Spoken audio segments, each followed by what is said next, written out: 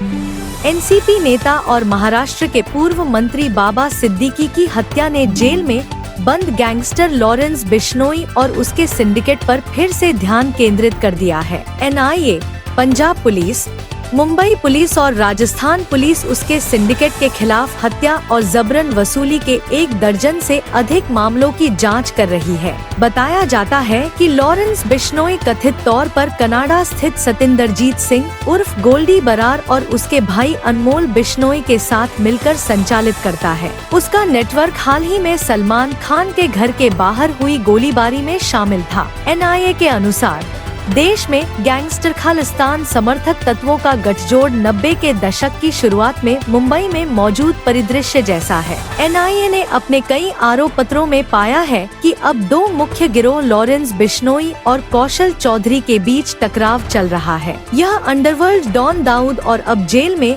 बंद छोटा राजन के बीच प्रतिद्वंद्विता के समान है। इस सिंडिकेट के 50 से अधिक सदस्यों को गिरफ्तार किया जा चुका है। गिरोह पहले प्रसिद्ध गायक सिद्धू मूसेवाला, राजू ठेत जैसे राजनीतिक पदाधिकारियों और प्रदीप कुमार जैसे सामाजिक धार्मिक नेता की हत्या में शामिल रहे हैं। गिरफ्तारी के बाद बिश्नोई के कई सहयोगियों ने खुलासा किया है कि उन्हें बिश्नोई या उनके भाई अनमोल बिश्नोई से डब्बा कॉलिंग पद्धति का उपयोग करके निर्देश मिलते हैं। इसमें इंटरनेट के माध्यम से जबरन वसूली की जाती है। उसके बाद गिरोह के नेता को दूसरी कॉल की जाती है। सलमान खान से सिद्दीकी की निकटता के कारण बिश्नोई गिरोह की संभावित संलिप्तता की भी जांच की जा रही है। बिश्नोई गैंग के बेखौफ अंदाज के बाद एक सवाल लोगों के जहन में साफ तौर पर आ रहा है। पहले त्योहारों के मौके पर अलग अलग हिस्सों में बम विस्फोट की घटनाएं होती थी। हालत यह थी कि मेट्रो समेत अन्य पब्लिक ट्रांसपोर्ट में चलने में डर लगता था। फिर स्थितियां बदल गईं। अब लोग यह सोच रहे हैं कि जब इतनी गंभीर स्थिति से सरकार निपट सकते ही तो आखिर लॉरेंस गैंग किस खेत की मूली है। अब सवाल है कि आखिर सरकार इसको लेकर कर क्या सोच रही है। यह वही मोदी सरकार है जिसके कार्यकाल के दौरान पिछले 10 साल में कश्मीर से इतर आतंकी घटनाओं पर लगभग पूरी तरह से अंकुश लग चुका है। केंद्रीय गृह राज्य मंत्री संसद में यह बयान दे चुके हैं कि पिछले 10 साल में आतंकी घटनाओं में कमी आई है।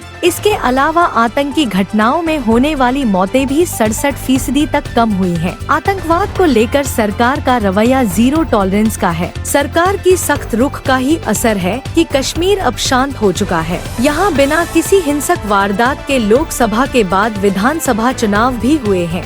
देश में पिछले कुछ समय से ड्रग्स और नशे के कारोबार पर जबरदस्त कार्रवाई देखने को मिल रही है। गुजरात के अंकलेश्वर में दिल्ली पुलिस और गुजरात पुलिस ने रविवार को एक संयुक्त अभियान में 5,000 करोड़ रुपए मूल्य की करीब 518 किलोग्राम कोकीन बरामद की।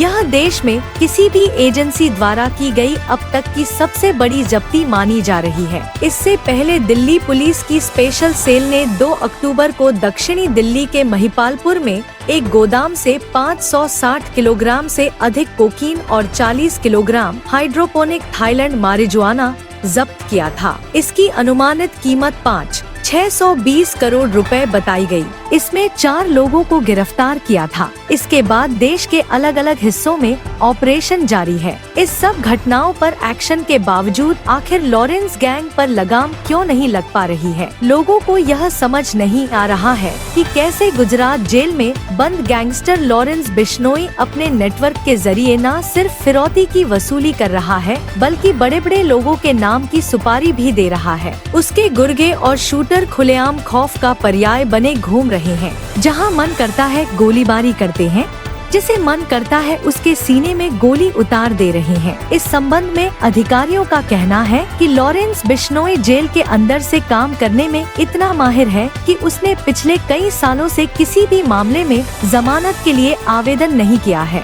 बिश्नोई उत्तर भारत के सबसे खूंखार आतंकी सिंडिकेट में से एक है। बिश्नोई के 700 से अधिक सहयोगी हैं, जिनमें से लगभग 300 पंजाब से हैं। खबरों में आज बस इतना ही। मिलते हैं कल फिर नए समाचार के साथ।